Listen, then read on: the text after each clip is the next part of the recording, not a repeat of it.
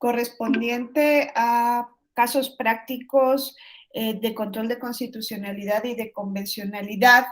No obstante, para entender un poco esas sentencias que ha venido dictando el Tribunal Electoral del Poder Judicial de la Federación, pues hay que entender de dónde venimos y en lo electoral y cómo el tribunal adquiere esas competencias precisamente para ser un tribunal constitucional en la materia, ¿no? Porque sabemos que el Tribunal Constitucional en México es la Suprema Corte de Justicia de la nación, pero en la materia electoral hay una particularidad especial con relación a otros países en el derecho comparado, y es que en México hay una jurisdicción constitucional electoral. Ahora, ¿de dónde venimos? Pues venimos de un proceso de control eminentemente político, en donde los conflictos o las controversias electorales se resolvían precisamente por órganos políticos que autocalificaban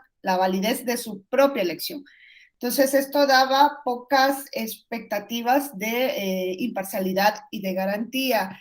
Desde 1824, desde la primera Constitución mexicana, la Federal de 1824, los conflictos electorales se resolvían, al igual que previamente sucedió en la Constitución de Cádiz, en cada etapa del proceso por una respectiva junta, y no había ulterior recurso. Se establecía, por tanto, en la Constitución del 24 un sistema de juntas, juntas electorales primarias o municipales, juntas electorales de partidos o secundarias y juntas electorales de Estado.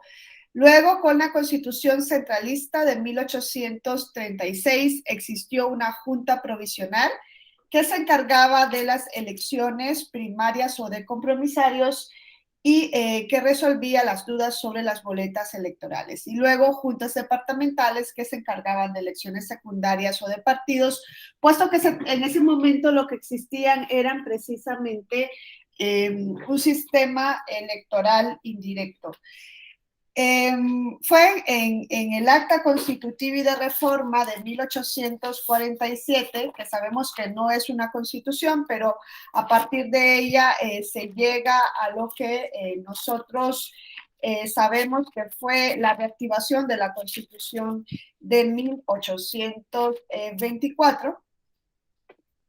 Fue a partir de ese momento cuando aparecen por primera vez en México los colegios electorales, y esos colegios electorales pues en un primer momento computaban la validez de las elecciones de sus miembros. Una cosa es computar y otra cosa es certificar. En 1847 se encargaban de computar la validez de las elecciones, bueno, computar la votación de las elecciones de diputados, senadores, incluso del presidente de la República. Y ya en la Constitución Federal de 1857, estos colegios electorales van a certificar, ya no solo computan, sino que certifican la validez de las elecciones de sus miembros y realizan además el escrutinio de las elecciones presidenciales y de los ministros de la Corte, ¿no? En México existió un periodo constitucional en el cual los ministros de la Corte eran electos precisamente por voto popular, que es algo a lo que se ha dicho que se quiere volver de alguna manera en el caso de de consejeros del INE o de magistrados electorales. Pues habrá que revisar también la historia de México y ver qué también funcionó la elección de ministros de la Suprema Corte a través del voto popular, en tanto en cuanto ese procedimiento pues fue cambiado. Si hubiese funcionado y si hubiese sido una garantía real de imparcialidad y de independencia, probablemente se seguirían eligiendo a los y las ministras de la Corte Suprema a través de este mecanismo. Entonces, en este acta constitutiva y de reforma hay un artículo, el artículo 60, en donde ya se establece que cada colegio electoral de cada una de las cámaras va a calificar las elecciones de sus miembros y va a resolver las dudas que hubiere sobre ellos. Y ahí aparece por primera vez esa figura de los colegios electorales. En la primera etapa del siglo XX siguieron existiendo estos colegios electorales en cada una de las cámaras. Esos colegios funcionaban a manera de comisión. El pleno del colegio, por ejemplo, de la Cámara de Diputados, se encargaba de no solamente computar, sino también calificar la elección de sus miembros. No era la cámara saliente la que verificaba la validez de la elección de los miembros de la Cámara entrante, sino que la misma Cámara electoral entrante calificaba la validez de su propia elección, y a la vez el colegio de la Cámara de los Diputados calificaba, además de la validez de su propia elección, calificaba la validez de la elección del presidente de la República, y en su caso se establecía que podía declarar la nulidad de las elecciones. En México, a mediados del siglo pasado, aparece por primera vez en 1946 una Comisión Federal de Vigilancia Electoral. Se comienza a trabajar por la existencia de un órgano que se encargara de coordinar, vigilar las elecciones, de resolver las consultas en contra de el funcionamiento de comisiones locales electorales, y se crea una Comisión Federal de Vigilancia Electoral. No obstante, esta Comisión Federal de Vigilancia Electoral encargada de organizar las elecciones no era autónoma, sino que estaba adscrita a la Secretaría de Gobernación. Estaba integrada por dos comisionados del Poder Ejecutivo. Uno de ellos era el secretario de Gobernación, que además presidía esta comisión, y había pues otro miembro del Poder Ejecutivo. Habían comisionados de los partidos nacionales con mayor votación, lo cual pues nos llevaba a que a saber, ¿no?, quién iban a ser los comisionados, o de qué partido político iban a ser los comisionados que integraban este órgano. Dos miembros del Poder Legislativo, un senador y un diputado. Claro, ¿de qué partido político podrían ser? Entonces, si bien fue un primer ejercicio de contar con un órgano que coordinara y vigilara elecciones federales, este órgano carecía totalmente de independencia. En este momento también se estableció que la Suprema Corte de Justicia de la Nación iba a tener la posibilidad de investigar la posible vulneración del derecho al sufragio, del derecho al voto, de investigar, ¿no? Estamos hablando de un control no jurisdiccional que iba a realizar la Suprema Corte, porque era a manera de un ombudsman, a manera de lo que lleva a cabo la Comisión Nacional de Derechos Humanos, y en esta fórmula iban a ser los dos otros poderes del Estado los que iban a poder solicitar la actuación de la Suprema Corte, y la decisión de la Suprema Corte no era obligatoria. Pues lo que se llevaba a cabo era una investigación. Vale decir, o cabe decir, que nunca se le solicitó esta actuación al máximo órgano de justicia, y esta facultad desaparece alrededor de 1950. Posteriormente en México, en la segunda etapa del siglo pasado, en la segunda mitad del siglo pasado, a partir de 1951, pues tiene les digo que se introdujo pues en 1946 una Comisión Federal de Vigilancia Electoral. Posteriormente esta comisión recibe la denominación de Comisión Federal Electoral, que también tenía a su cargo la preparación, desarrollo y vigilancia del proceso electoral, pero seguía estando adscrita a la Secretaría de Gobernación. Su presidente era el secretario de Gobernación. Habían representantes de partidos políticos, pero claro, el partido político más votado, y pues seguían existiendo los dos comisionados del Poder Legislativo. Pero claro, ¿quiénes eran esos comisionados? Pues un senador y un diputado.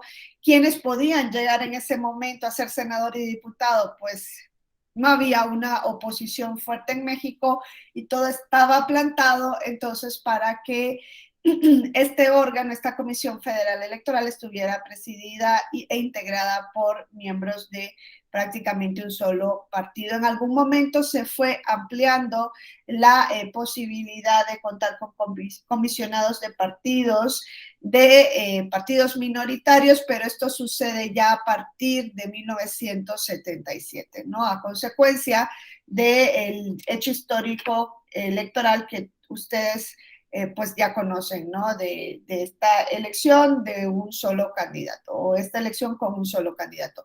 En 1977, saben ustedes que este es un punto de inflexión en México, en tanto en cuanto se dicta la ley que se considera da el inicio a la transición democrática, la Ley Federal de Organizaciones Políticas y Procesos Electorales, la denominada LOPE, que es parte de la reforma política promovida en ese momento, precisamente a raíz de este proceso electoral con un único candidato. México no quería presentar esta imagen a la comunidad internacional, ¿no? Ya se sabía que existía un partido hegemónico, pero claro, esto queda completamente desvelado cuando va a la elección un solo candidato presidencial. Y aquí pues se inicia un proceso histórico que permite la transición de este esquema de partido hegemónico a un sistema en donde puedan existir partidos de la oposición con posibilidades reales de llegar al poder. Claro, esto no se consigue de un día para otro, es un camino que se ha llevado varios años recorrerlo.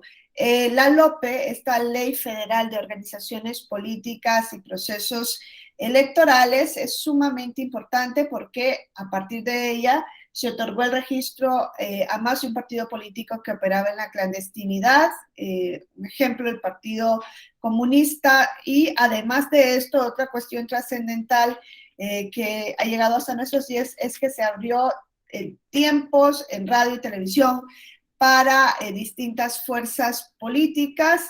En México, la LOPE se dicta en 1977, pero en México en 1963 se había llevado a cabo una reforma constitucional al artículo 54 de la Constitución, valga la redundancia, en donde se habían introducido los diputados de partido, que son el antecedente de los diputados de representación proporcional, tan necesarios en este país porque la representación proporcional ayuda a fomentar la representación de partidos minoritarios, permite una mayor pluralidad en la integración del órgano de representación, y esto pues introduce por primera vez en México en 1963. Eran diputados de partido.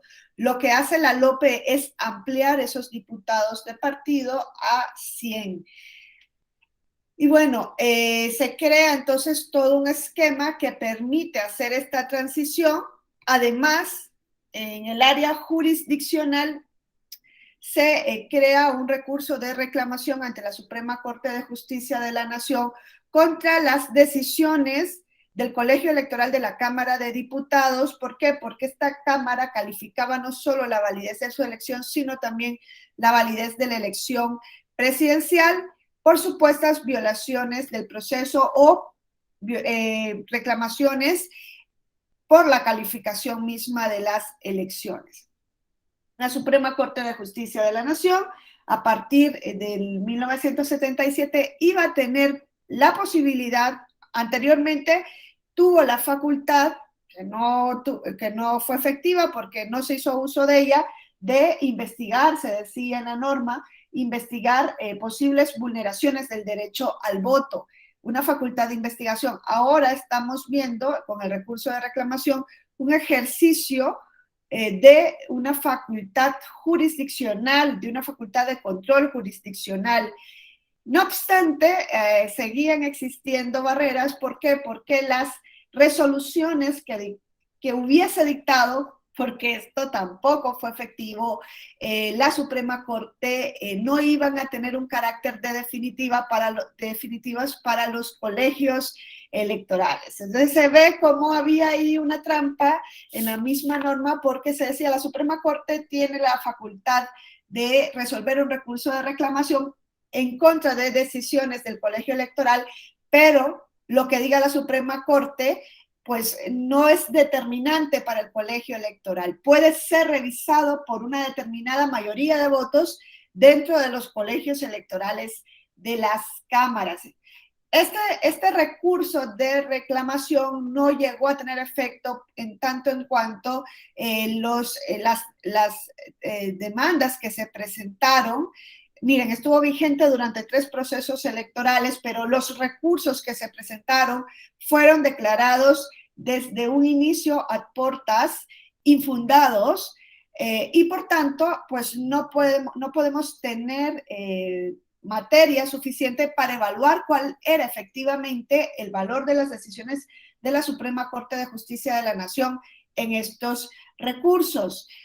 Una parte de la doctrina entiende de la letra de la ley que aquí el papel que iba a desempeñar la Suprema Corte era el papel de como de un árbitro que iba a emitir una opinión autorizada y sus decisiones no iban a tener fuerza vinculante para los colegios electorales. Pero claro, estamos hablando del máximo órgano jurisdiccional del país, entonces era poner a la Suprema Corte en una situación sumamente delicada, por lo cual otra parte de la doctrina, incluyendo entre ellos al eminente jurista Felipe Tena Martínez, entiende que sí, las decisiones de la Corte, por la propia trascendencia y naturaleza del órgano, debían tener ese carácter de vinculantes. Miren, si hubiese sido así, si las decisiones que hubiese emitido hipotéticamente en estos recursos la Suprema Corte hubieran tenido un carácter vinculante, entonces nos hubiésemos encontrado en 1977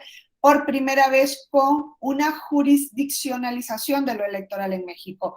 Y eso es algo trascendental porque yo les estoy contando que en México la tradición desde el siglo XIX ha sido politizar lo electoral. Todo lo electoral se resolvía en el ámbito de lo político.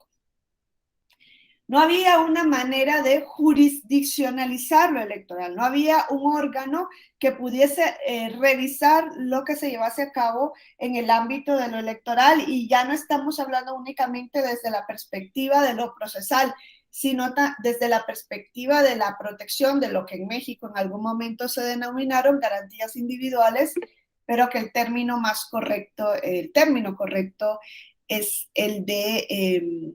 el término correcto es el de derechos, ¿no? Derechos fundamentales, mucho más correcto técnicamente que el de derechos humanos, que es el que se utiliza hoy día. Entonces no había una manera de otorgar una protección jurisdiccional al derecho o la garantía en ese momento individual del sufragio, porque detrás de todos estos procedimientos electorales pues pueden haber violaciones latentes del sufragio, y en México no existía esa posibilidad. No sé si alguien levantó la mano. No me, o sea, sí me salió como un aviso, pero no lo puedo ver. Miren, si alguien quiere participar, lo puede hacer directamente, no tiene que esperar hasta el final para hacerlo. Y pues sí me interesa luego, cuando veamos casos prácticos, también conocer su opinión al respecto, o los comentarios que puedan tener, o si conocen de otras cuestiones que estén relacionadas con los casos que hablemos, pues desde luego están invitados e invitadas para participar.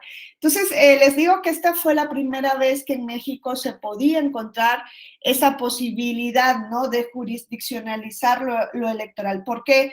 Porque en México, desde un caso particular de 1874, el denominado Amparo Morelos, es casi pecado capital, no era casi un pecado capital decir que la materia electoral o la materia política se iba a llevar a un órgano jurisdiccional, ¿no? Este Amparo Morelos, ustedes recordarán, dio lugar precisamente a la tesis de incompetencia de origen, Y esta tesis de incompetencia de origen abrió por un lapso breve en México, un lapso de 7 años, la posibilidad de que la Suprema Corte de Justicia de la Nación, a través del juicio de amparo, pudiese entrar a estudiar pues, actos emitidos por autoridad ilegítima, que era una autoridad que había llegado al cargo violando los procesos establecidos o las vías establecidas en la norma.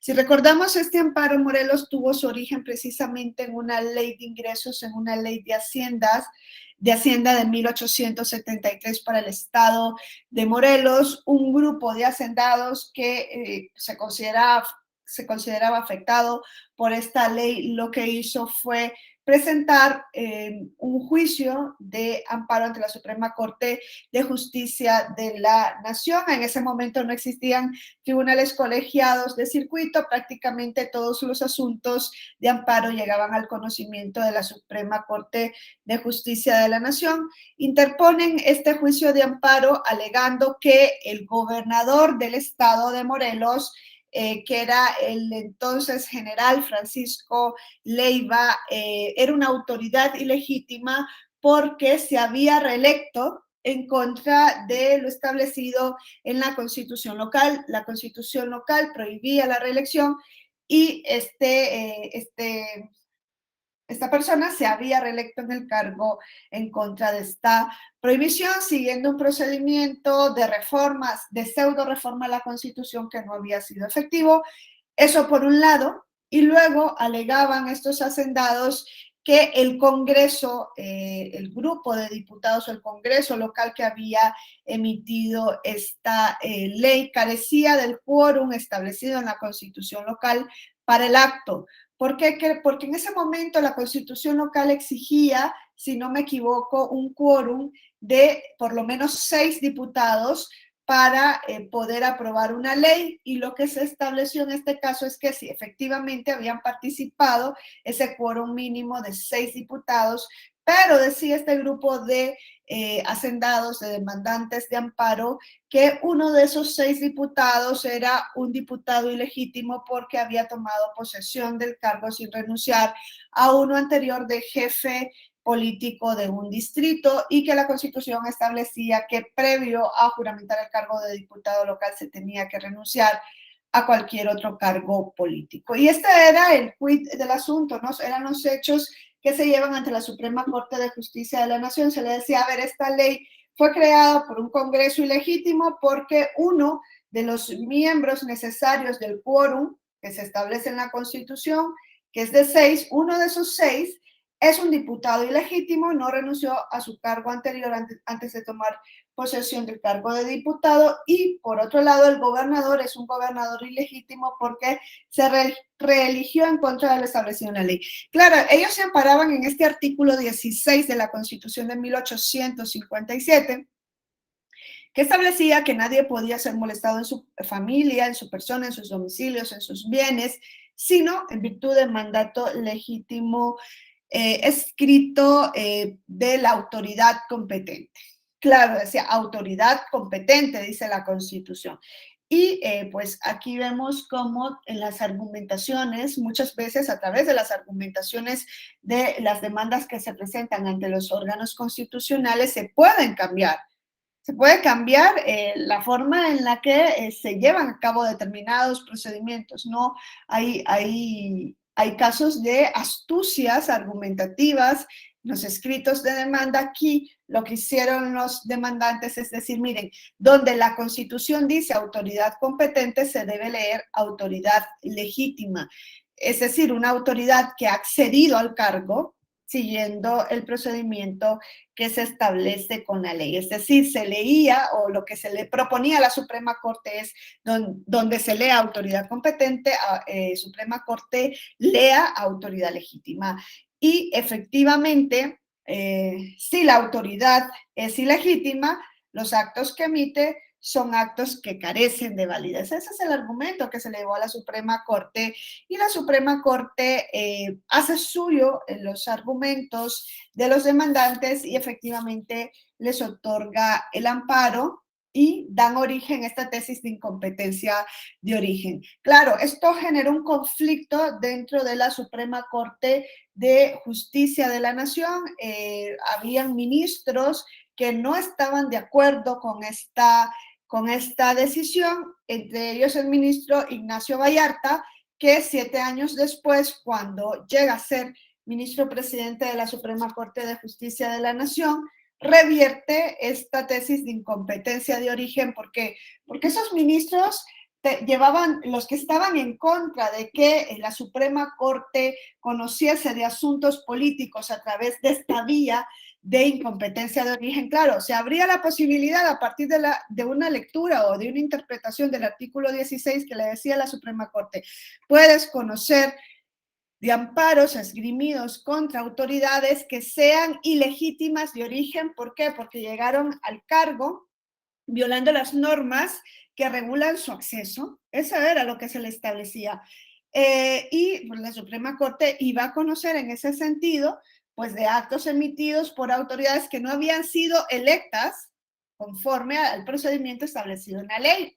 Le habría la posibilidad de conocer cuestiones políticas. Los ministros que estaban en contra de esta posibilidad decían, es que si la Suprema Corte comienza a conocer cuestiones políticas, pues se va a desnaturalizar la acción del órgano, siguiendo un poco lo que se consideraba en ese momento en los Estados Unidos de América sobre las cuestiones políticas, ¿no? Que no se podían jurisdiccionalizar. Eso por un lado. Y por el otro, también consideraban que no podía conocerse de estas cuestiones políticas por otro argumento que hoy está completamente revertido también, y es que los derechos políticos, decían, no eran garantías individuales, ¿no?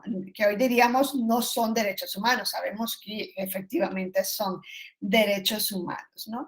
Él decía, analizar cuestiones políticas desnaturaliza el juicio de amparo, lo politiza, desnaturaliza la acción de la Suprema Corte de Justicia de la Nación. Si nosotros vamos a conocer de actos de autoridades ilegítimas, pues vamos a poder analizar cualquier elección. Y luego establecía, Ignacio Vallarta consideraba, no solo él, un grupo de ministros también, que los derechos políticos no eran garantías individuales. ¿Alguien se acuerda por qué se establecía que los derechos políticos no eran garantías individuales y que por tanto no daban lugar al juicio de amparo? ¿Alguien se acuerda cuál era el argumento que hoy está completamente revertido? Y sabemos que son derechos humanos, ¿no? Que ya el término garantías individuales no se utiliza en México y era un término bastante, bueno, que no era el término correcto, porque una cosa son los derechos y otras son sus garantías, ¿no? Pero ¿alguien se acuerda por qué se sostuvo durante mucho tiempo, y no solo en México, que los derechos políticos no eran derechos humanos?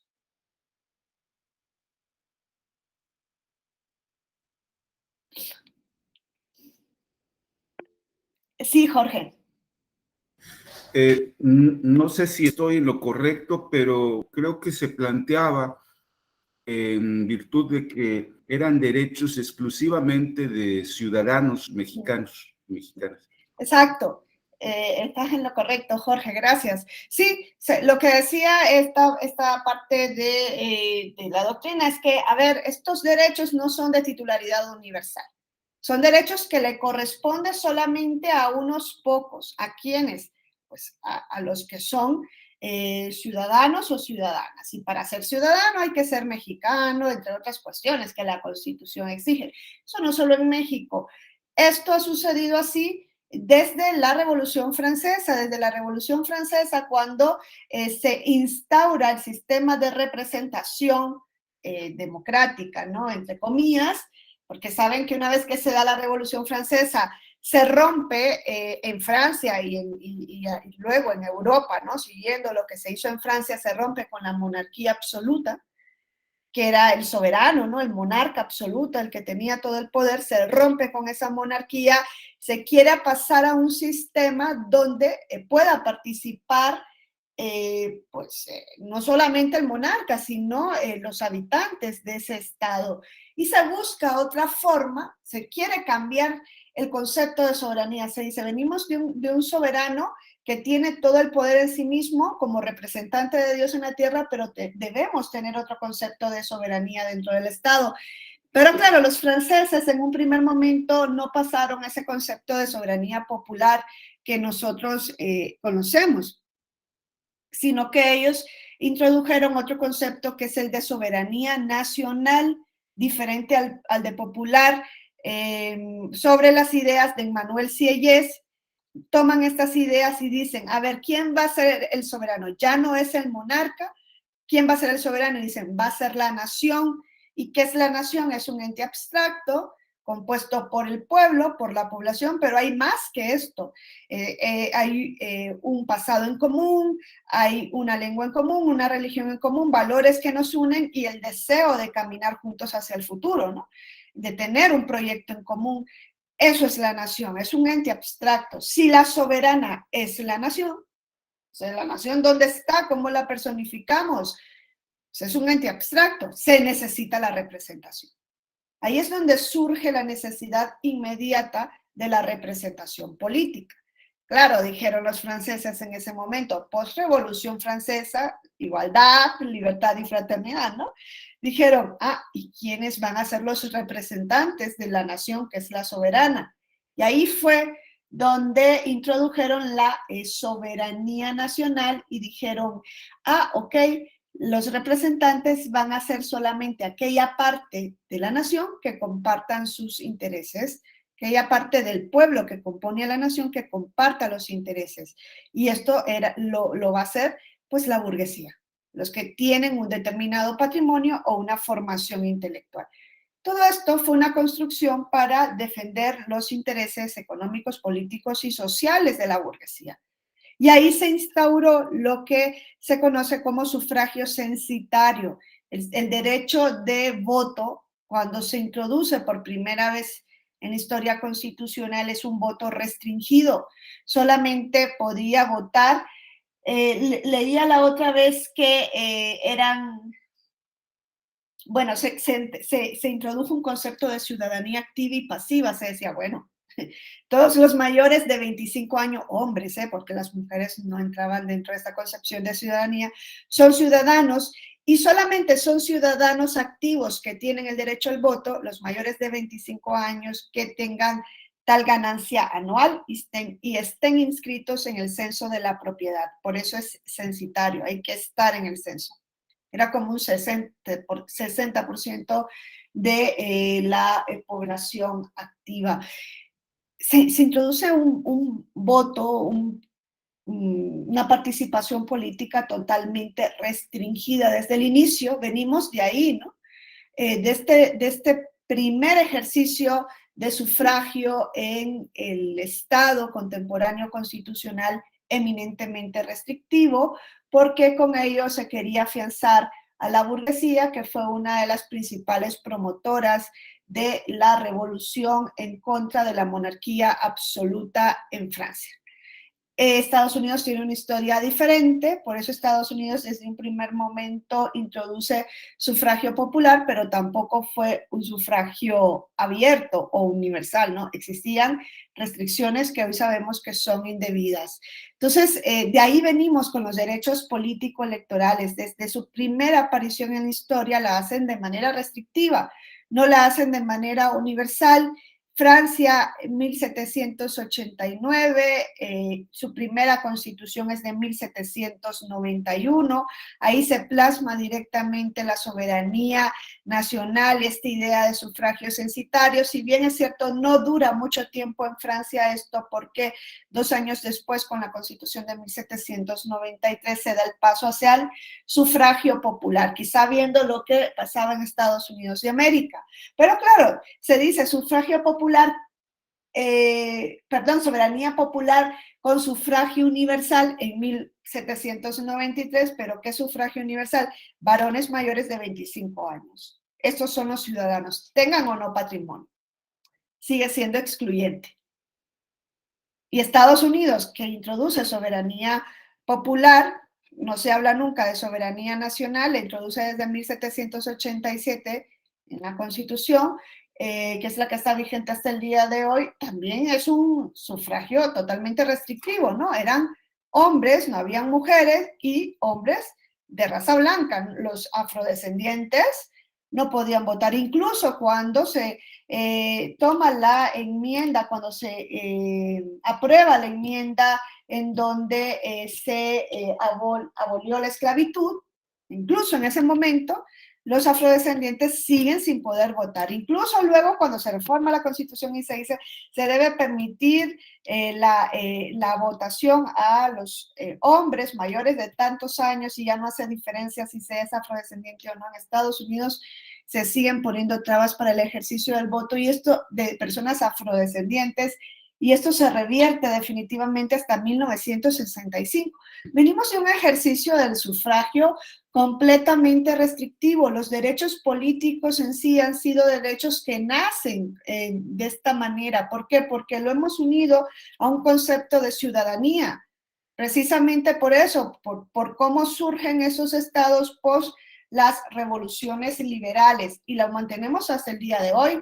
¿Cuántos siglos han pasado y seguimos uniendo el ejercicio de los derechos políticos con la calidad de ciudadanía, incluso cuando hoy vivimos en estados completamente globalizados, en donde hay una migración fluida y encontramos, ¿no?, a personas que pueden tener 5, 10, 15, 20 años viviendo en un país, que siguen siendo extranjeras porque no se han naturalizado, que pagan impuestos en el país, cumplen las reglas, pero no tienen el ejercicio de derechos, no pueden, políticos, no pueden participar en los procesos de toma de decisiones. Esa es la naturaleza de los derechos políticos que tenemos. Eso no puede excluir que efectivamente sean derechos humanos. O sea, sí son derechos humanos, pero con una titularidad restringida.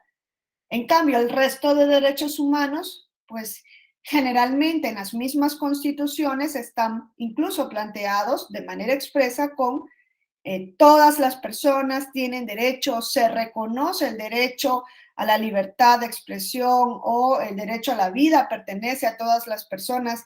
Aquí está, en el caso de los derechos políticos, las constituciones siempre dicen la ciudadanía, los y las ciudadanas.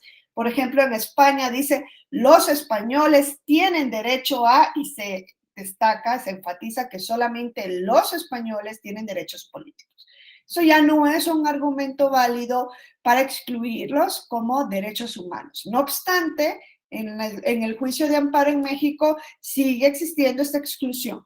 Se quedaron con esa tesis de Vallarta de la improcedencia del juicio de amparo en materia de los derechos políticos, ¿no? Y las leyes de amparo han mantenido esta causal de improcedencia en la materia, y a día de hoy sigue existiendo esta improcedencia contra resoluciones o declaraciones de las autoridades competentes en materia electoral. Escuchaba hace poco al magistrado Felipe de la Mata, que decía que él se alegra muchísimo de que el amparo sea improcedente en materia electoral, porque el amparo es un juicio completamente encorsetado, y si el Tribunal Electoral tuviese que actuar a través del juicio de amparo, pues no hubiese podido tomar muchas de las decisiones de inclusión que ha tomado por otras vías. Dice, perfecto, que el amparo siga siendo improcedente en la materia electoral, pero eso se mantiene, ¿eh? Y esto dio lugar a que, cuando no existía una jurisdicción electoral con facultades constitucionales, la ciudadanía mexicana estuviese completamente desprotegida en el ejercicio de sus derechos políticos, porque no podía hacer uso del amparo. Y tampoco la ciudadanía puede hacer uso de los otros mecanismos para acceder a la Suprema Corte. A ver, si no puedes hacer uso del amparo, ¿cómo llegas a la jurisdicción constitucional? ¿Por qué vía? No la hay. Y entonces, mientras el tribunal era un tribunal de control completamente legal, no se podía tener ningún tipo de protección en México. De ahí la sanción que o la condena, ¿no?, que hace la Corte Interamericana en el año 2008, una de la primera condena creo que fue, ¿no?, de la Corte contra el Estado mexicano. Entonces, vemos cómo se ha venido haciendo esta evolución. En 1986 encontramos ya por primera vez, a ver, en el 77 les digo, parece ser que se quería dar el paso o iniciar esa búsqueda de jurisdiccionalizar lo electoral, cuando se dijo la Suprema Corte puede conocer del recurso de reclamación contra decisiones de los colegios electorales, pero esto pues no se llegó a materializar, no hubo ninguna decisión de la Suprema Corte en ese sentido, todos los recursos fueron declarados improcedentes de origen, quizá porque la misma Suprema Corte se daba cuenta de la posición en la que quedaba. Imagínense que la Suprema Corte hubiese dictado una resolución y que el colegio electoral luego lo revirtiese con una votación de una mayoría de 2/3 partes. ¿En qué posición dejabas a la Suprema Corte? ¿Era o no el órgano máximo del país en la materia jurisdiccional? Pues quizá por eso todos fueron desechados de origen. Y ya en el 86 sí, ya se da el paso para comenzar a construir una jurisdicción electoral con el TRICOEL, pero que sabemos que era un tribunal contencioso electoral, incluso el TRICOEL en sus decisiones no eran definitivas para los colegios electorales. Estas decisiones no eran obligatorias, podían ser revertidas por los colegios electorales con una votación cualificada. Y ya en el 90, pues ya sí, ya empezamos a ver el paso definitivo, ¿no? Ya en el 90, como resultado, claro, esto no es una cuestión que se dijo, vamos a cambiar completamente porque nos despertamos y creemos que México debe transitar hacia un sistema de democracia. No, no, es que al igual que ocurrió con la LOPE y con la reforma del 77 o iniciada en el 77, pues en el 90 sabemos que todas estas reformas que se llevan a cabo eran la respuesta a la profunda crisis que se generó en las elecciones del 88. En 88 se genera esas crisis con la elección de Salinas de Gortari y se quiere revertir la imagen hacia la comunidad internacional y dice, ok, vamos a crear un instituto federal electoral que va a sustituir a esas comisiones federales de vigilancia electoral que estaban adscritas a la Secretaría de Gobernación, pues ahora vamos a crear un IFE como órgano autónomo, permanente, dotado de personalidad, patrimonio propio, responsable de organizar elecciones federales. Y crean el Tribunal Federal Electoral, entonces TRIFE, se le sigue llamando así al tribunal, pero no es el TRIFE, esto ya desapareció, pero quizás es mucho más coloquial llamarle así, ¿no? Entonces se sigue denominando, pero este TRIFE es del 90 y es un tribunal por primera vez jurisdiccional. Por primera vez ya se dice, porque el TRICOEL era un tribunal pero contencioso electoral y este ya es un tribunal jurisdiccional, aunque no forma parte del Poder Judicial de la Federación, pero es un tribunal que va a tener una función de control de legalidad de los procesos electorales. No tenía un control de constitucionalidad, de legalidad. Y este tribunal calificaba las elecciones, pero aún siguen existiendo en el 90 los colegios electorales que con las 2/3 partes de la votación de sus miembros podrían desestimar las decisiones que emitía el Tribunal Federal Electoral. O sea, seguía existiendo ese control político en México. No obstante, ya podemos observar que el camino hacia la construcción de una jurisdicción electoral había empezado. O sea, seguían existiendo los colegios electorales, pero ya había un tribunal. En el 93 ya viene definitivamente, esta es la reforma que cambia lo existente en México durante tanto tiempo, y es que el Tribunal Federal Electoral ya en esta reforma se convierte en la máxima autoridad en materia electoral.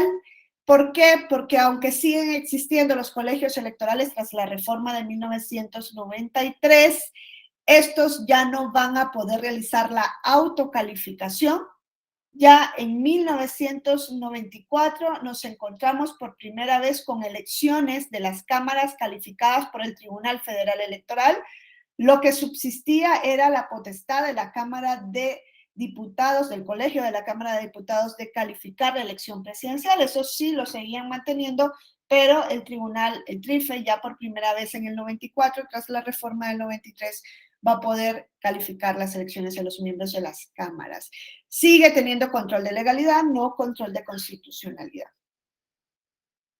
Y en esa etapa, pues se produce un progreso en cuanto al tribunal electoral, que pasa de ser un tribunal administrativo a un tribunal jurisdiccional, en un inicio supeditado a los colegios electorales y luego pues ya pues pasa a ser un tribunal autónomo que no depende de los colegios electorales. En 1996 se incorpora al Poder Judicial de la Federación como órgano especializado en la materia y es a partir del 96 cuando la calificación de diputados, de senadores y del propio presidente de la República es una calificación plenamente jurisdiccional. Es que no han pasado tantos años, ¿no? Estamos hablando de, ¿qué? 20, ¿cuántos? 26 años de que cuántas elecciones han existido que han sido calificadas pues a partir de la elección de Vicente Fox, ¿no? Vicente Fox, Calderón, Peña Nieto y Andrés Manuel López Obrador. 4 elecciones ya han sido calificadas jurisdiccionalmente por un tribunal, por un órgano jurisdiccional, no calificadas de manera política. Y claro, dicen, es que la materia electoral, o sea, los órganos electorales no sirven. No sirven. Había la posibilidad previamente a esto de que existiera una transición en el poder. Díganme si previo a que existiera esta calificación electoral en México había existido alternancia en el ejercicio del poder presidencial. Entonces, algo bueno tenemos a partir de estas reformas donde en el año 2000 entra a gobernar el Partido Acción Nacional cuando venía de, pues, un siglo de hegemonía de un solo partido político y que luego le suceda a otro candidato de Acción Nacional, vuelve un candidato del PRI y luego pasamos a un candidato ganador de un partido político nuevo, de nueva creación. Esa no es una ventaja, ¿acaso en la democracia? Porque si esa no es una ventaja, tener elecciones competitivas, no sé a qué se le quiera llamar ventaja. Queremos volver entonces a lo que había antes. Quizá queremos volver a lo que había antes, ¿no? Entonces, a partir de este momento del 96, ya el tribunal, miren, con las críticas que se le pueden hacer al funcionamiento de los órganos electorales, es que no son perfectos, son mejorables. Y yo hablo de Instituto Nacional Electoral y Tribunal Electoral. Conociendo la historia, pues digo, algo bueno tienen que estar haciendo cuando estamos viendo los resultados de estas elecciones. Y es más, si nos vamos a las integraciones de las cámaras, o sea, integraciones de cámaras donde tiene que haber realmente una discusión política para formar un consenso. ¿O qué se quiere? ¿Tener mayoría si no hay consenso? Porque, o sea, esa es la finalidad de que existan las cámaras, que representan a distintas posturas dentro del país y haya una discusión política para tomar una decisión.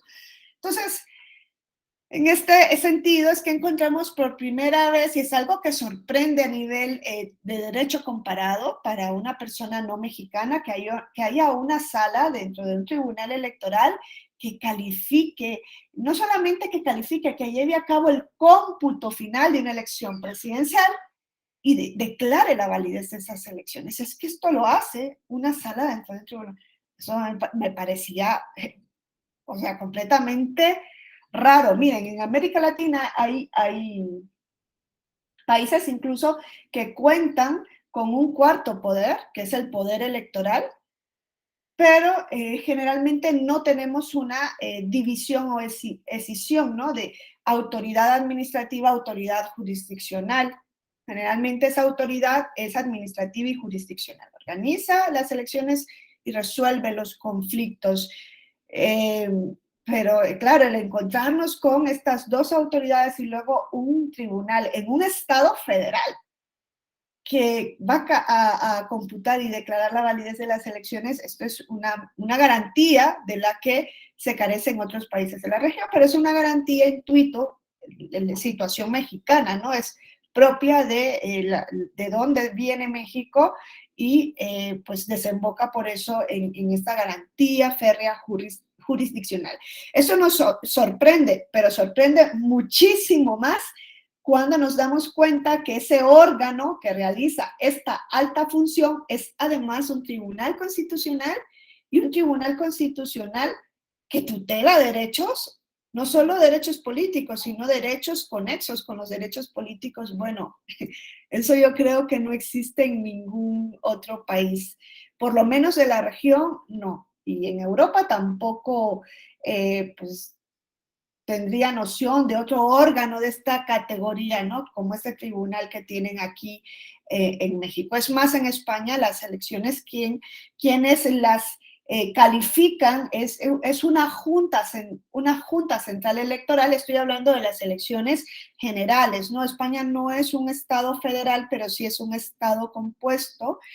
Hay comunidades autónomas, se le llaman así a los estados miembros, y luego está el gobierno central. No es un estado federal porque las comunidades autónomas ni tienen su propia constitución, ni tampoco tienen un poder judicial propio. Tienen un legislativo, un ejecutivo, pero no tienen un judicial de la comunidad autónoma.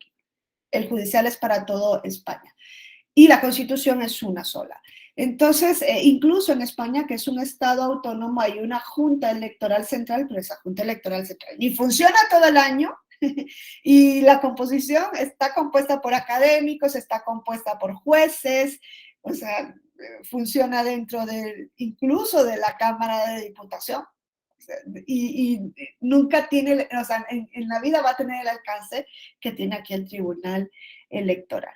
Entonces, a partir de ese momento, el tribunal se va consolidando a partir de esta reforma de 1996, pues se establece que va a contar con mecanismos para proteger el principio de constitucionalidad de actos y resoluciones electorales, así decía la Constitución. Va a poder controlar que los actos y resoluciones electorales sean conforme a la Constitución a través de diferentes medios, entre ellos el JDC. Era un JDC no tan amplio como lo tenemos hoy día, ¿no? Era un JDC que podían instar principalmente los partidos políticos. El JRC, el recurso de reconsideración, que tampoco tenía la amplitud con la que lo conocemos a día de hoy. Eran 5 salas regionales que funcionaban de manera temporal y sala superior. Y a partir de esta reforma también en México sucedió algo muy importante en materia constitucional. No sé si alguien se acuerda ¿qué otra cosa se introdujo en materia constitucional electoral que tenía que ver con la Suprema Corte de Justicia de la Nación? En esta reforma del 96, o sea, dice, el tribunal entra al Poder Judicial de la Federación como órgano especializado en la materia electoral. Se le reconoce a la Sala Superior la facultad de computar y declarar la validez de la elección presidencial. Esas son palabras mayores en México. Y además, la Suprema Corte, por primera vez, ahora sí, por primera vez en historia después del Amparo Morelos, va a controlar la constitucionalidad en abstracto de leyes electorales. Por primera vez, ahí sí, ante un tribunal jurisdiccional, ahora sí hay un mecanismo para controlar una ley electoral. Eso no existía previamente. O sea, una ley en lo electoral no se podía controlar previamente en México. No, yo no podía ir ante un juez de amparo y decirle, no podía ir a través del juicio de amparo y decirle a un juez de distrito o en su momento un tribunal colegiado de circuito o incluso la Suprema Corte, esa ley electoral me viola mi derecho establecido en la Constitución. Yo no podía hacerlo, no había una vía. Por primera vez se abre una posibilidad de controlar leyes electorales, pero claro, en abstracto, a través de la acción de inconstitucionalidad. O sea, sabemos que la acción se incorpora en México en 1994 cuando ya se da el paso definitivo para consolidar a la Suprema Corte como un tribunal constitucional en México, ¿no? Sabemos que también se ha venido haciendo en México este camino de consolidar un tribunal constitucional. ¿Tiene que existir un tribunal constitucional? Pues no necesariamente, porque ese es un modelo europeo. Europa entendió que ellos no podían controlar al Parlamento como lo hacía Estados Unidos de América. Europa dijo, a ver, vamos a entender que la Constitución, o vamos a reconocer que la Constitución es norma suprema. Europa hace eso en 1920. La primera Constitución europea es de 1791. Fíjense cuánto recorrió Europa para reconocer que la Constitución era norma suprema en Europa en el siglo XIX y las primeras 2 décadas del XX. La Constitución era un documento político, pero no podía ser norma ni norma suprema, porque los europeos lo que querían era fortalecer al Parlamento frente al monarca. Y claro, no podían poner nada por encima de la ley parlamentaria. Si el Parlamento era el fuerte y su producto es la ley, no concebían que podía haber una constitución que estuviera por encima del Parlamento. Entonces la constitución era un documento político, una especie de programa que contenía separación de poderes y en algunos casos unas cartas de derechos bastante escuetas, pero eso no vinculaban principalmente al legislador. El legislador podía desarrollar lo que estaba en la Constitución. Pero en 1920, tras la Primera Guerra Mundial, se dan cuenta que es necesario controlar también al Parlamento, que el Parlamento no puede ser un órgano completamente soberano. Y es ahí donde comienzan a trabajar primero, reconocen que la Constitución es norma suprema y comienzan a trabajar por un mecanismo de garantía de la supremacía normativa de la Constitución. Porque podemos decir que nuestras constituciones son norma suprema, pero esto no tiene ninguna validez si una ley puede reformar a la Constitución en cualquier momento. ¿Dónde queda la supremacía de la Constitución? Por eso es, una ley o cualquier acto. Por eso es que se crean los mecanismos de defensa constitucional. Y Europa en 1920 sabe que en América, desde 1803, pero no vamos a ser tan románticos, desde finales del siglo XIX, se instaura este sistema del control difuso, la Judicial Review de Estados Unidos de América, que saben que tiene inicio en la sentencia de Marbury versus Madison de 1803, pero que en Estados Unidos no crean que a partir de esa sentencia todos los jueces ya estaban aplicando leyes federales, no, fue hasta finales del siglo XIX cuando comienza a aplicar esa doctrina, ese precedente de Marbury versus Madison, como una justificación para inaplicar leyes federales contrarias a la Constitución. Entonces, Europa ve eso y dice, ¿quién controla en Estados Unidos? Son los jueces. Y aquí no confiamos en que los jueces sean independientes del Poder Ejecutivo. Dijeron, no podemos darle esa facultad a los jueces y por eso es que Hans Kelsen, para la Constitución austríaca de 1920, idea un tribunal sui generis, un órgano que va a estar formado como un tribunal, pero que no va a ser un tribunal que conoce o que aplica justicia en un caso por caso, sino que va a ser un legislador negativo. Y dijo, ok, va a estar compuesto por un tribunal, va a ser un órgano colegiado, van a llegar determinadas personas legitimadas para pedirle a ese órgano colegiado que revise que una ley que se acaba de emitir en el Estado, para el país, ¿no? Que una ley que se acaba de emitir, que revise si eso no contraría la Constitución. Vaya siendo una subsunción de la ley en la Constitución, encaja, se queda, no encaja, se expulsa. Eso es lo que hace un tribunal, o debería ser un tribunal constitucional, ¿no? Es un órgano jurisdiccional, él dice es un legislador negativo porque el positivo aprueba leyes, el negativo, en este caso él decía deroga leyes. Claro, así nacen los tribunales constitucionales. Si bien es cierto, han venido evolucionando en Europa y a día de hoy ya no son legisladores negativos, ya no expulsan la norma declarando efectos solamente hacia el futuro, sino que también pueden ser efectos hacia el pasado, claro, con excepciones. Tienen la facultad de conocer de lo que aquí se llama amparo y en Europa tiene otras denominaciones, pero persiguen la misma finalidad de tutelar derechos, aunque esa es una competencia añadida. No define un tribunal el dar amparo o no. Es más, hay tribunales constitucionales que no tienen la facultad de amparo. Y eso es lo que funciona para Europa, porque esa ha sido la historia de Europa. Pero que aquí en América queremos tener tribunales constitucionales. Hombre, los europeos tienen, nosotros también. Y nosotros venimos de otra historia. Y más, México, lo primero que introduce como control de constitucionalidad es lo de Estados Unidos de América. La judicial review, el control del caso por caso. Es que en Europa, ese tribunal constitucional, a ese tribunal constitucional no puede ir un ciudadano de a pie a decirle, tribunal constitucional, en el caso de las leyes, ¿no? Esta ley es contraria a la Constitución, revíselo. En algunos puntos, en algunos países, que son poquísimos, a través del amparo, de lo que, bueno, ya les digo yo que, por ejemplo, en Alemania no se llama amparo, se llama Verfassung algo, recurso de queja constitucional se llama, lo que nosotros aquí conocemos de amparo.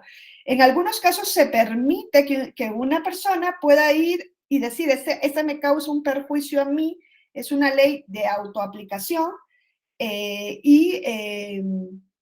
revisa si efectivamente me causa el perjuicio. En algunos puntos. En España el amparo es improcedente frente a leyes. Es otra historia, es otra, pero nosotros queremos tribunales constitucionales y México quería uno. Y entonces dijo, hombre, hay que convertir a la Suprema Corte en un tribunal constitucional. Pero claro, eso en México también tiene un aquel. O sea, no es que queremos convertirla porque queremos, no, es que la Suprema Corte estaba desbordada de amparos. Más aún del amparo de legalidad, que esta es una cuestión que en México se introdujo también. ¿Y por qué? Porque aquí falta una casación. Y como faltaba una casación, lo hicieron a través del amparo de legalidad. Y la Suprema Corte se estaba convirtiendo en un tribunal de casación. Y, entre otras cuestiones, esto dio lugar a que a mediados del siglo pasado introdujeran tribunales colegiados de circuito, unitarios y colegiados, eso no existía en México, que poco a poco fueran destinando a esos tribunales de circuito el control de legalidad y que la Suprema Corte se fuese quedando para conocer amparos en los que se involucraran cuestiones constitucionales, ¿no? Y para ello luego se le introdujo una especie de certiorario o facultad casi discrecional para decidir cuáles tienen trascendencia e importancia, ¿no? Y los puede o atraer a su conocimiento o subrogarse para conocer en revisión en lugar de un tribunal colegiado de circuito. Eso lo ha venido haciendo la Suprema Corte. Ya en el 94 se da el paso definitivo y se dice, ahora va a conocer también de acción de inconstitucionalidad, ¿no? Que es la vía por la cual en Europa se llega ante el Tribunal Constitucional. La vía reina, ¿no? La acción, que allá se llama recurso generalmente de inconstitucionalidad, y aquí se llama acción, y que es un control abstracto. ¿Por qué abstracto? Porque no hace falta que la ley sea aplicada a un caso concreto y cause un perjuicio individual para que se pueda ir ante el órgano y decirle revísalo. Pero claro, no puede ir un ciudadano. ¿Quiénes van ante la Suprema Corte en acción de inconstitucionalidad? Generalmente minorías parlamentarias, ¿no? Van órganos, el Ejecutivo, va a la Comisión Nacional de Derechos Humanos, ahora va el INAI, partidos políticos, no puede ir un ciudadano de a pie. Cuando se introduce la acción de inconstitucionalidad, sigue vetándose la materia electoral. En el 94 se dijo, puede conocer frente a leyes, pero que no sean electorales. Y en el 96 es que se abre la posibilidad para que la Suprema Corte pueda controlar en abstracto leyes electorales, federales y locales. Eso también se produce en 1996. Ahora, con relación al control de leyes en el caso concreto, no se dijo nada. Al Tribunal Electoral no se le dio esa posibilidad. Al Tribunal Electoral se le dijo, puedes controlar la constitucionalidad de actos electorales, lo que no significa leyes electorales. Es decir, al tribunal no se le reconoció, si el juicio de amparo es improcedente en materia electoral, no se abrió una vía paralela para que el tribunal pudiese conocer en concreto esas leyes electorales que no se pueden impugnar en juicio de amparo. No se abre esa posibilidad. ¿Y qué pasó? Entonces el tribunal se tenía que limitar. Si es un tribunal... Ayer vi una comparecencia que me pareció maravillosa ante... Bueno, maravillosa, me pareció buena ante, no sé si las vieron, ¿no? Ante la Suprema Corte de un compañero, la verdad es que lo admiro mucho, pero criticaba una decisión del Tribunal Electoral, una decisión de justicia inclusiva, y decía, es que el tribunal fue más allá porque el actor pedía una cosa en un tiempo y el tribunal resuelve cuando ya el acto se había llevado a cabo, y que no, y era extremadamente formalista. Yo lo escuché y dije, me encantó, es un chico y además yo sé que es, pero súper formalista. Dijo, es que la ley no le permite al tribunal. Pues es que si somos extremadamente formalistas, no. Si el tribunal hubiese actuado de esa manera, no tendríamos las decisiones que tenemos hoy día. Yo les voy a contar una serie de decisiones que ha emitido el tribunal casi saltándose la barrera, pues. Dice así, y hasta el día de hoy lo sigue haciendo así. Por eso me sorprendió la decisión que acaba de tomar anteayer en el caso, no sé si vieron la sesión, ¿no? De lo que se pedía de paridad en gubernaturas en el caso de Oaxaca, ¿no? Que el tribunal ahí se hizo conservador, dijo, no, porque claro, es una recurrente que viene contra Morena diciendo que en la convocatoria no se tomó en cuenta la paridad horizontal, que es un candidato hombre, que en Oaxaca nunca ha gobernado una mujer, que se debería darle espacio a la mujer en base a lo que el tribunal ya había dicho en diciembre de 2020 y de que el INE también en su momento había propugnado por esa paridad horizontal. Y tal, el tribunal dijo, como es solo una recurrente, como ya se vencieron los plazos anteriores, como es solo un partido político y se trata de Oaxaca, yo no puedo hacer nada ahorita, y digo que para el siguiente proceso, casi en 2030, es que se haga, en 2028 es que se incluya la paridad horizontal. A mí me sorprendió ver a un tribunal tan conservador, ¿eh? Yo estoy acostumbrada a un tribunal de vanguardia, ese que dice, bueno, aquí la ley dice A, pero yo voy a hacer una interpretación conforme y puedo llegar a M. Yo estoy acostumbrada a ese tribunal en el ejercicio del control de constitucionalidad y de convencionalidad, que es lo que ha venido haciendo. En ese momento, en el 96, el tribunal dijo, ok, ¿y qué hago entonces cuando me llegue un asunto que sea contrario a la Constitución porque la ley que le sirve de base es inconstitucional? ¿Qué hago en ese caso? ¿Solamente me limito a declarar la inconstitucionalidad de la decisión electoral y no digo nada de la ley? Porque es que la Constitución no me permite controlar en concreto leyes. Como se hace en el juicio de amparo es un control concreto, ¿no? Pues el tribunal no podía hacer ese control concreto. Y el tribunal dijo, bueno, la Constitución no lo dice, pero tampoco lo prohíbe. Entonces, el tribunal comenzó a inaplicar leyes electorales contrarias a la Constitución.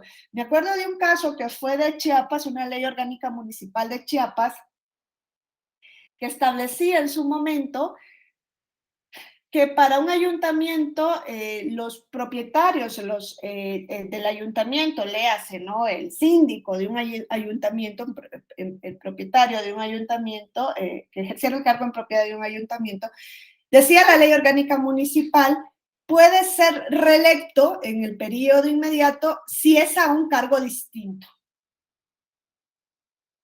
En ese sentido, en ese momento el Instituto Electoral o algo así de Chiapas dijo, ok, entonces vamos a permitir que quienes ejercen un cargo en propiedad en Chiapas puedan presentarse en este proceso electoral para un cargo distinto.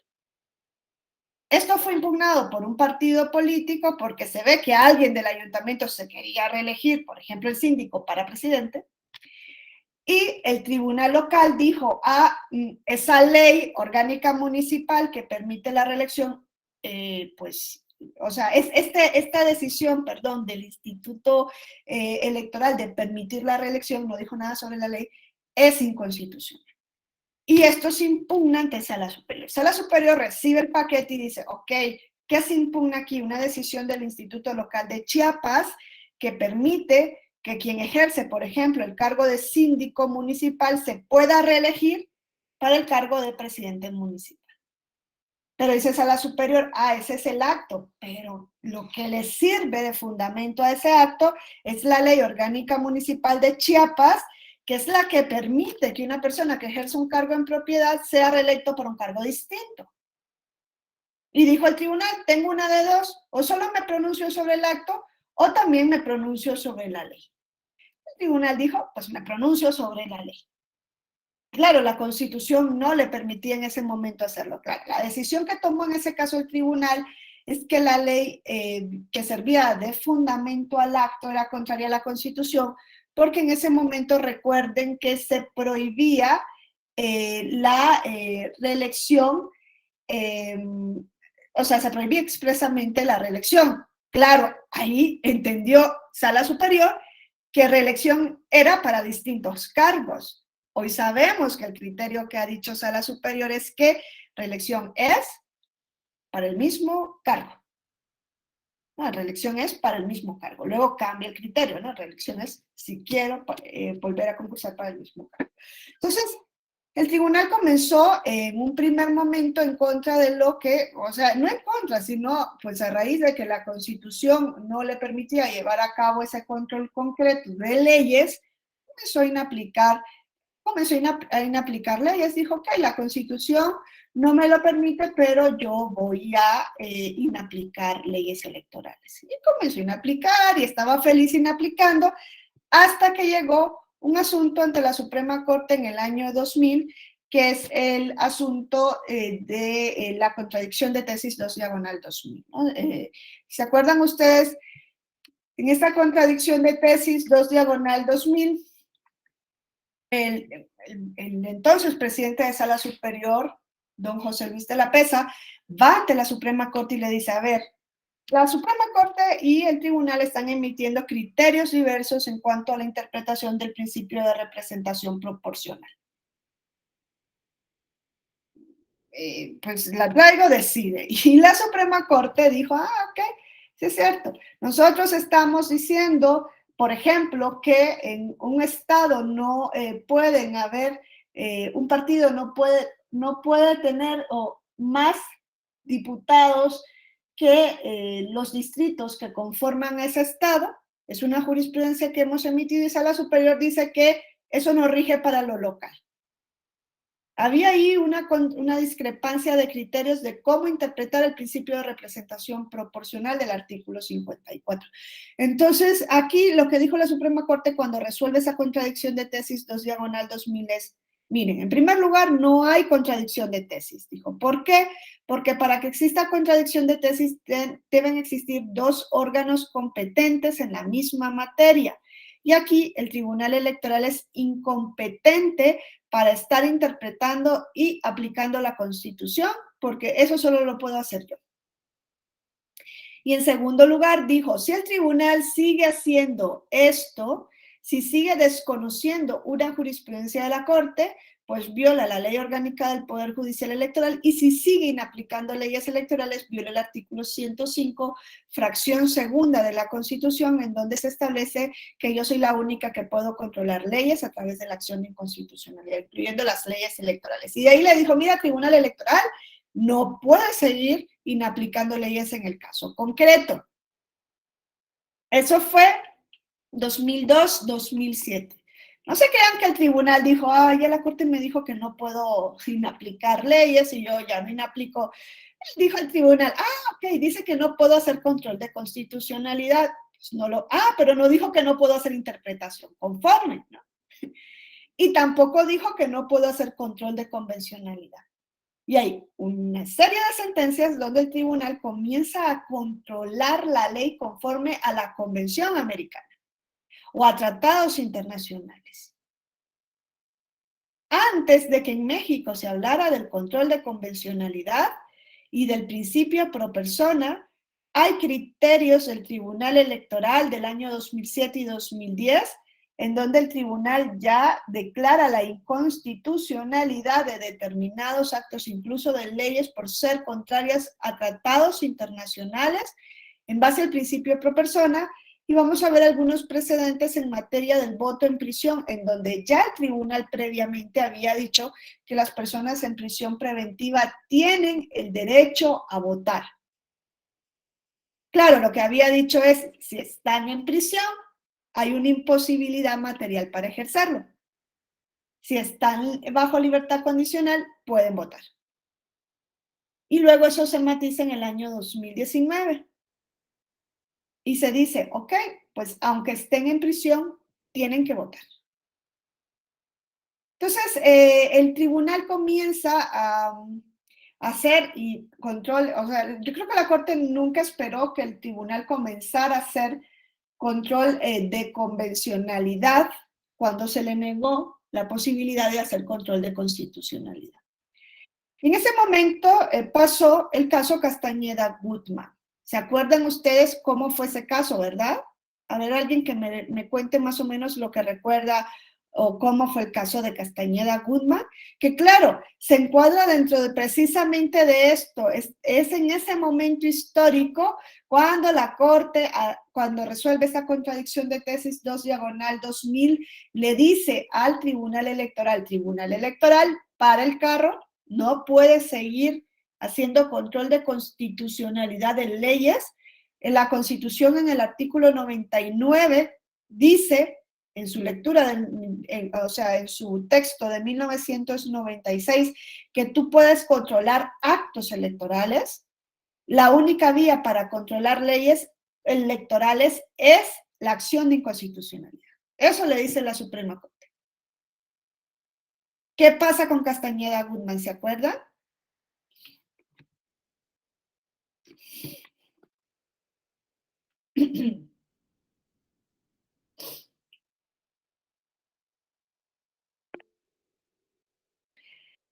Antonio.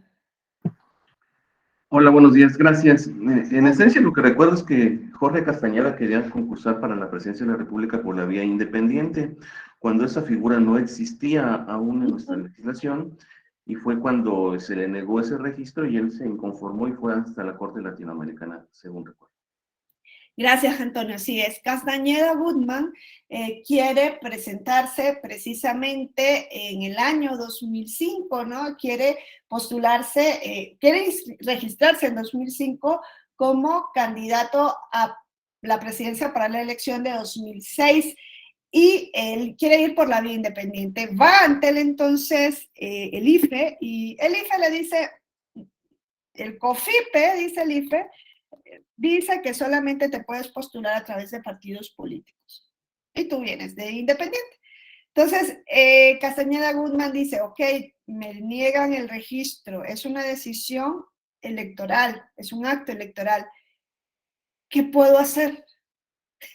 Y dice Castañeda Gutmann, pues me voy en juicio de amparo, porque ese acto de autoridad me está violando el artículo 35 de la Constitución, que dice que yo tengo derecho a ser votado, pero no dice que a través de partidos políticos. ¿Qué decía la Constitución? La ciudadanía tiene derecho, los siguientes prerrogativas, ¿no? Algo así. Fracción segunda, ser votado. Pero no decía que por partidos políticos. Entonces, va al juicio de amparo, un juicio de amparo indirecto, va ante el juez de distrito y dice el juez de distrito, artículo 73 de la ley de amparo. El amparo es improcedente en materia electoral. Lo batea. Y dice, ok, revisión. La Suprema Corte atrae para sí el caso porque era un caso trascendente. Y la Suprema Corte le dice a Castañeda Gutmann, no tienes vía. confirmo que el amparo es improcedente, no puedes venir ante la Suprema Corte por acción de inconstitucionalidad. Primero, porque para hacer uso de la acción de inconstitucionalidad hay un plazo. En México es de 3 meses, o ¿de cuántos? 7, o es de 90, ya no me acuerdo, me confundo ahorita con eso. Es de 90 días a partir de que entre en vigor la ley, creo. Está en el 105 fracción segunda, ¿no? Hay un plazo que ya se venció. O sea, no voy a decir que es de 90 días, a partir de que se publica y entre en vigor la norma, que ahorita no lo recuerdo efectivamente si es de 90 días o de 3 meses. Si alguien, o 30 días, son 30 días, ¿no? Yo creo que me estoy yendo como, son 30 días, es que me estoy confundiendo con España, pero no. Son 30 días a partir de que la norma entra en vigor, ¿no? Y le dice, ok, entonces ya esta norma, una vez que entra, ¿qué pasan estos 30 días? ¿Sí, Jorge? Sí, Jorge. Los 90 días quizá generan confusión porque son los días previos para que se realicen reformas en materia electoral respecto a la fecha de inicio de los procesos electorales. Sí, quizá es cierto, Jorge, ahí me estoy confundiendo, pero son 30, ¿verdad? Para la acción de inconstitucionalidad. 30. Sí, gracias. Entonces le dijo, mira, una vez que transcurren los 30 días ya no pueden venir en acción. 1, 2, no están legitimados los ciudadanos de a pie para interponer esa acción. Cierra la vía. Y entonces dice Castañeda Guzmán, bueno, me voy ante el Tribunal Electoral impugnando el acto electoral. Pero dice el tribunal, sí, pero es que no puedes venir por JDC, porque eso solo puede ser a través de partidos políticos y tú no eres candidato de un partido. Y segundo, yo no podría tomar una decisión en este caso porque tú me traes el acto del IFE que te niegue el registro aplicando el entonces Código Federal de Instituciones y Procedimientos Electorales, pero para yo dar una decisión tengo que decir que el COFIPE es contrario al artículo 35 de la Constitución y yo no puedo porque la Corte me dijo que no puedo realizar control de constitucionalidad. Castañeda Guzmán se encontró así en México, no encontró vía. Por eso se va ante la Corte Interamericana de Derechos Humanos. Y México sabe en 2007 que la Corte lo va a sancionar. Lo sabe el Estado mexicano. Si ustedes se acuerdan, la sanción de la Corte no es porque en México tenían que haber candidaturas independientes, no. Es más, la sentencia de Castañeda Guzmán dice, cada estado es libre para decidir si sus candidaturas van a ser vía partido político o vía mixta, dependiendo de las circunstancias de cada estado.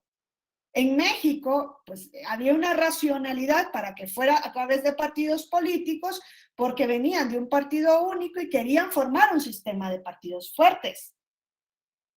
Y entonces ahí la Corte no sanciona a México porque no hubiesen candidaturas independientes.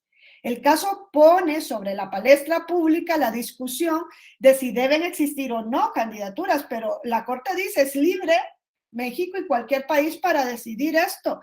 Donde sí sanciona a México y donde entiende que se violó un derecho de la Convención para Castañeda Guzmán fue por la falta de una vía rápida, específica y efectiva para proteger derechos políticos. Y ahí la Corte dice que son derechos humanos. Cuenta eso de que no hay amparo porque no son derechos humanos. X, dijo la Corte. X, son derechos humanos. Y se viola el artículo 25 de la Convención si no hay una vía específica. Entonces, por eso es que en 2007, cuando México sabe que le van a sancionar, rápidamente reforman la Constitución para que cuando llegue la sanción, ya México cumplió. Aquí México cumple la condena antes de la sanción. Eso no lo ha hecho en ninguna otra de las sentencias condenatorias de la Corte Interamericana. Y aquí dice el artículo 99, para el Tribunal Electoral, sin perjuicio de lo dispuesto en el 105 de la Constitución, que se refiere a la acción de inconstitucionalidad frente a leyes electorales de competencia exclusiva de la Suprema Corte, las salas del tribunal, todas, no solo salas superiores, todas sus salas, pueden inaplicar leyes sobre la materia electoral contrarias a la Constitución. Ahora lo que dice, las resoluciones que se dicten en el ejercicio de esta facultad se limitarán al caso concreto sobre el que versa el juicio. En tales casos, Sala Superior informará a la Suprema Corte. Esa es la primera vez que encontramos a México inaplicando a un tribunal. Aquí por primera vez el tribunal es un tribunal constitucional en la materia. Puede inaplicar leyes en materia electoral que sean contrarias a la... Y aquí es donde el tribunal comienza a cambiar el mapa político de México. Pues aquí el tribunal dijo, ya puedo aplicar leyes. Bueno, y aquí van los casos, algunos casos prácticos. Protección de la niñez. ¿En qué país encontramos un tribunal electoral protegiendo si los niños tienen que estar o no tienen que estar en la propaganda política electoral, ¿no? O sea, eso de verdad que se los digo que yo no lo he visto en ningún otro país que se pronuncien, ¿no?, sobre esta cuestión.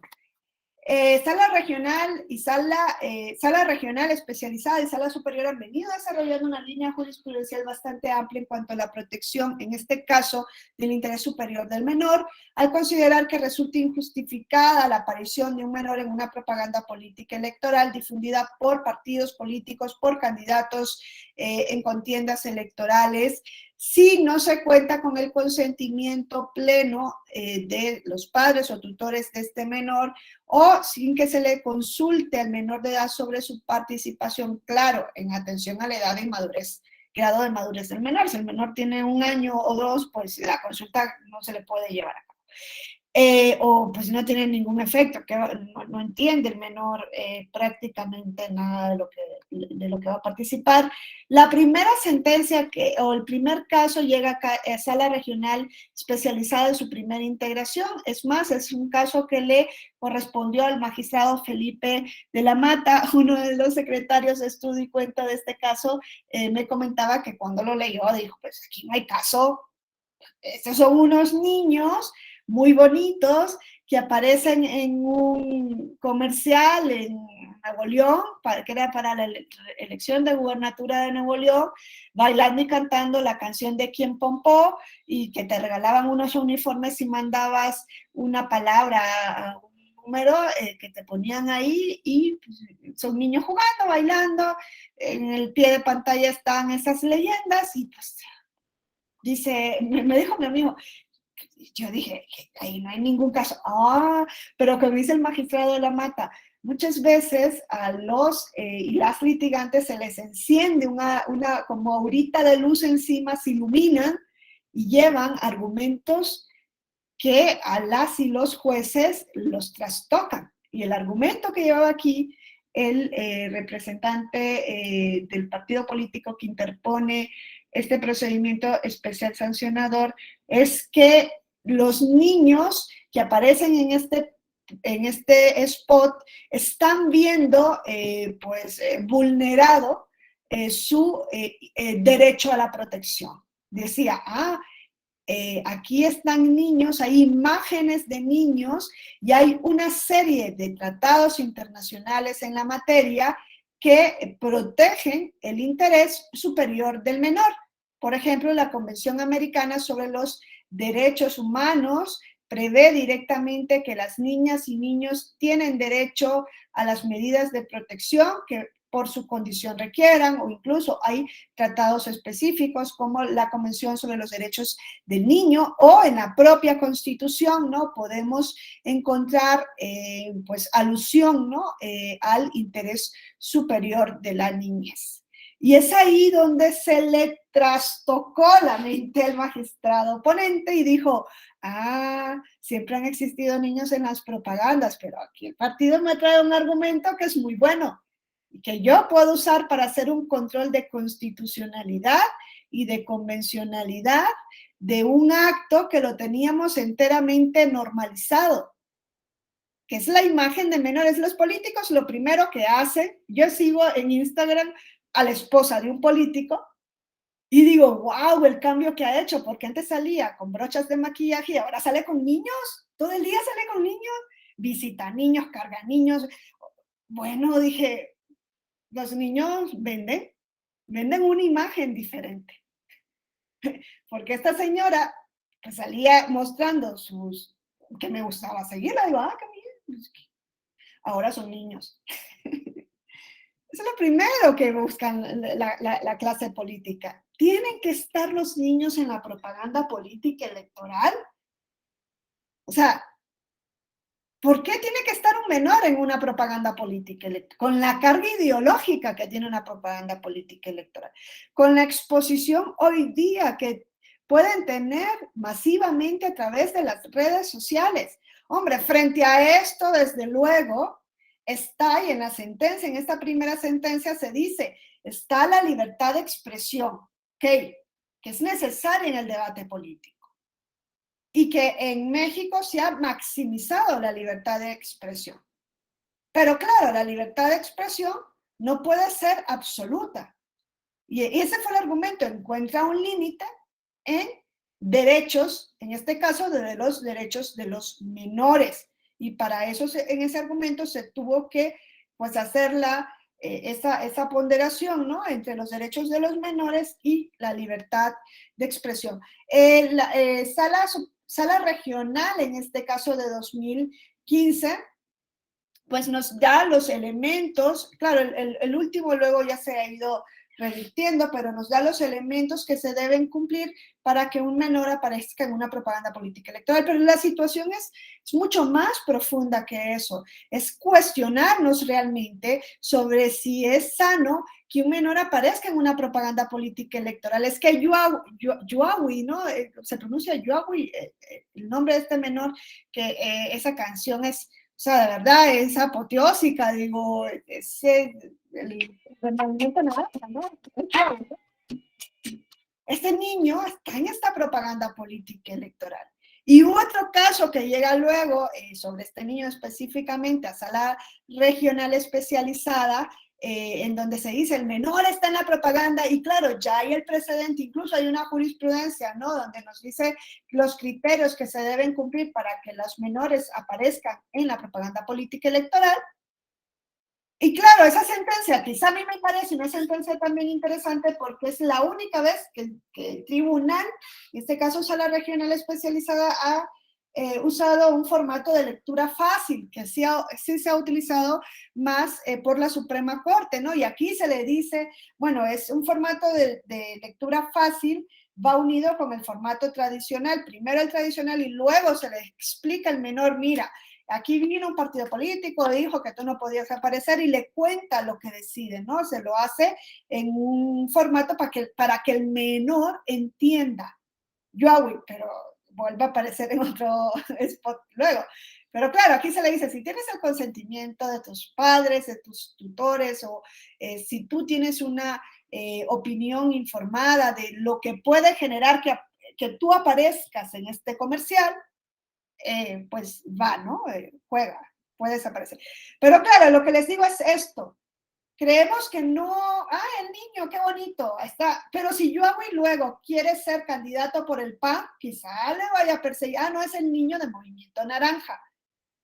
Gerard Bartels siempre dijo, o sea, en una entrevista que le hacen en el curso de su vida, donde ya el hombre ya es un anciano y dice, toda la vida viví una pesadilla porque mi tío era amigo de Hitler, este llegó a su hotel en los Alpes, creo, suizos, yo estaba por ahí, Hitler dijo, esta es la representación del niño de la raza aria, con su fotógrafo oficial, me tomaron esta fotografía, tenía yo 3 años, no sabía ni quién era este hombre, y esto se utilizó para campañas del nazismo, libros, he aparecido por todos lados y toda la vida me dijeron que soy el niño Hitler, nazi. Imagínense hoy con la difusión de las redes sociales, el nivel de exposición en el que ponemos a las y los menores de edad. Creo que, claro, o sea, el tribunal no ha dado el paso de decir no, lo prohíbo. Pero es que yo no veo que un menor de edad, ¿por qué tiene que aparecer un menor de edad? Hubo un caso que llegó en el proceso pasado y este era bastante llamativo porque se trataba de un candidato también a la gubernatura de Nuevo León, que en sus redes sociales comienza a publicar que era el día, eso acaba de pasar, ¿no? El Día Internacional de los Niños con Síndrome de Down, ¿no? O del síndrome de Down en sí mismo. Y claro, él publica esta imagen en su Twitter y dice, Día Mundial del Síndrome de Down. Y esto sí, se lleva ante Sala Regional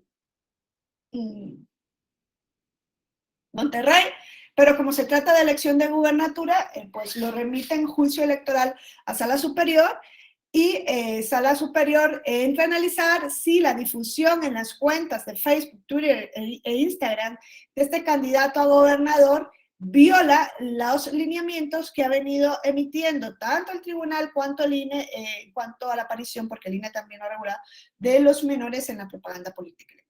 Entonces, miren, el caso aquí era llamativo porque este hombre dice, pues si yo saqué esta imagen de una plataforma digital donde hay catálogos de material digital, ilustraciones, fotos protegidos por derechos de autor, donde yo puedo pues, obtener esas imágenes. Yo descargué la imagen y la puse en mis redes sociales. Pero claro, es una menor de edad, la imagen es una menor con su madre, ¿no? O se supone que es su madre, y la menor de edad tiene síndrome de Down. Entonces dijo, yo lo saqué de ahí. Y los lineamientos únicamente son aplicables respecto de niños que son y niñas localizables en México. No me vengan con tonterías que esta niña puede ser una niña alemana, suiza o a saber de dónde, australiana, y está en un catálogo de imagen y yo lo descargué de ahí, lo subí a mis redes sociales y no me pueden sancionar por eso. Entonces, el tribunal local, que es el que conoce en primer momento, dice que los lineamientos protegen la aparición de los menores de edad en propaganda electoral sin importar si esta se generó en otro país o si tiene un uso comercial, y determinó que el candidato entonces había incumplido con la obligación de brindar a la menor, que aparece en la propaganda, la información relativa a sus derechos, opciones, riesgos y alcances sobre su aparición, y que se debía tener el consentimiento de los padres o el tutor del menor. Sala Superior conoce, les digo yo, y determina que efectivamente si las imágenes se extraen de una fuente de acceso público, esto no exime a los actores políticos del cumplimiento de los lineamientos. Al final decide efectivamente que los lineamientos son exigibles incluso de este tipo de imagen, que no se había demostrado que se cumpliera con los requisitos a que se refieren los lineamientos. Y claro, aquí fue más allá y dijo Sala Superior, oye, advierte a los partidos y a los candidatos, dice, es que se trata de una menor con discapacidad. Y aquí la protección tiene que ser muchísimo mayor porque hay un mayor riesgo de discriminación y vulnerabilidad. Hombre, si se les ocurre luego utilizar la imagen de una menor que esté en México, pues yo ahí me imagino que ningún partido político se va a atrever a hacer uso de la imagen de una menor con discapacidad que esté por acá. Entonces, esto fue un caso bastante sui generis porque, claro, se trataba, ¿no?, de una menor cuya imagen pues no permite determinar de dónde es. Pero incluso en ese sentido, pues hay que tener muchísimo cuidado al momento de utilizarlos para la propaganda política electoral. Si quieren, quedamos aquí hoy y seguimos el día lunes con otro tema que está muy en boga y me alegro muchísimo porque lo esté. Es más, escuchaba las noticias ahora mismo de Así las Cosas, donde se escuchaban, ¿no?, las manifestaciones del diputado Cuadri llamando señor a una diputada transgénero. Yo creo que eso debe ser completamente inadmisible en la palestra política, que no puede estar revestida por la libertad de expresión, porque es un acto de vulneración de derechos. Dentro de la misma Cámara han existido muchos pronunciamientos al respecto. Es no entender la identidad de género, es no entender tampoco de dónde venimos. Por eso yo les he hecho este recorrido el día de hoy, qué es el recorrido histórico, porque hay que entender de dónde venimos para poder apreciar lo que tenemos. En cuanto a la identidad de género venimos, incluye en cuanto a género, identidad de género, discapacidad, venimos pues de años, de siglos de discriminaciones y vulneraciones estructurales, y si a día de hoy en México se ha dado el paso de reconocer, ¿no?, que existe un derecho a la identidad de género y que la Corte Interamericana lo ha dicho así, pues no se pueden permitir estas expresiones en palestras públicas discriminando de esta manera a un ser humano. O sea, yo creo que tenemos en ese sentido que abrir la mente. Sí, esto choca contra nuestros principios religiosos. Es que los principios religiosos muchas veces hay que dejarlos para adentro.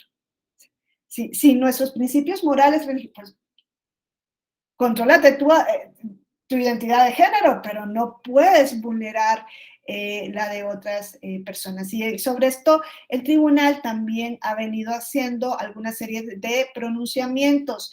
En la sesión anterior también, pues, me quedé un poco triste de ver algunas decisiones que se dejaron pasar relacionadas precisamente con la identidad de género. Hubo la posibilidad para que el tribunal emitiera una decisión por violencia política, por razón de identidad de género. Hubiese sido apoteósico ver una decisión así, porque claro, ahora tenemos violencia política contra la mujer por razón de género, pero incluye el género masculino, femenino. Claro, ahí pueden ir las mujeres trans. Eso se tiene que ir ampliando el concepto de género en tanto en cuanto la sociedad no va en ese camino. Y quizá esa protección que se da de manera revestida a la mujer también se le tiene que dar a otros grupos en situación de exclusión, con todas las consecuencias que ello deriva. Entonces, nos vemos el lunes. Les voy a invitar también a unas tertulias que vamos a tener a partir de abril. A ver si lo encuentro, porque esas tertulias, para quien le interesa el tema, miren, el tema de género no solamente es interesante por el caso de mujer, ¿no? Es para quien estudie la materia de derechos humanos. El día 29 de abril va a haber una conferencia de nuestras tertulias a las 11 de la mañana. Saben que tenemos las tertulias los días viernes, ¿no? Y el día 29 de abril va a haber una conferencia con una profesora expertísima en la materia de género, Amelia Valcárcel, que es una profesora española, y ella va a hablar sobre género, revisión del concepto y análisis crítico. Me parece que nos va a poner de frente con cuestiones que quizá no hemos analizado en materia del concepto de género. Y el día 6 de mayo, a las 11 de la mañana, viernes, también tenemos a Pablo de Lora y Octavio Salazar discutiendo sobre género y masculinidad. Uno lleva la posición de género y apertura y otro lleva una posición más restringida, y claro, esto va a ser un debate profundo. Son dos filósofos españoles muy expertos en la materia, y yo la verdad es que les invito a aprovechar esas tertulias. Bueno, con esto me despido de ustedes. Gracias por su participación. Ha sido un gusto y un honor acompañarles. Y el día lunes nos vemos para hablar de identidad de género, para hablar de votos, por ejemplo, de personas con discapacidad intelectual, que es la que me parece mucho más, es el grupo más discriminado, ¿no? De personas en prisión, personas en situación de calle, y sobre los temas que ustedes puedan también poner sobre la mesa. Gracias, Perla, y nos vemos. Tengan buen fin de semana y nos vemos el lunes. De nada. Que tengan bonito fin de semana. Todas. Bye. Feliz fin de semana, gracias. Buen fin de descansen.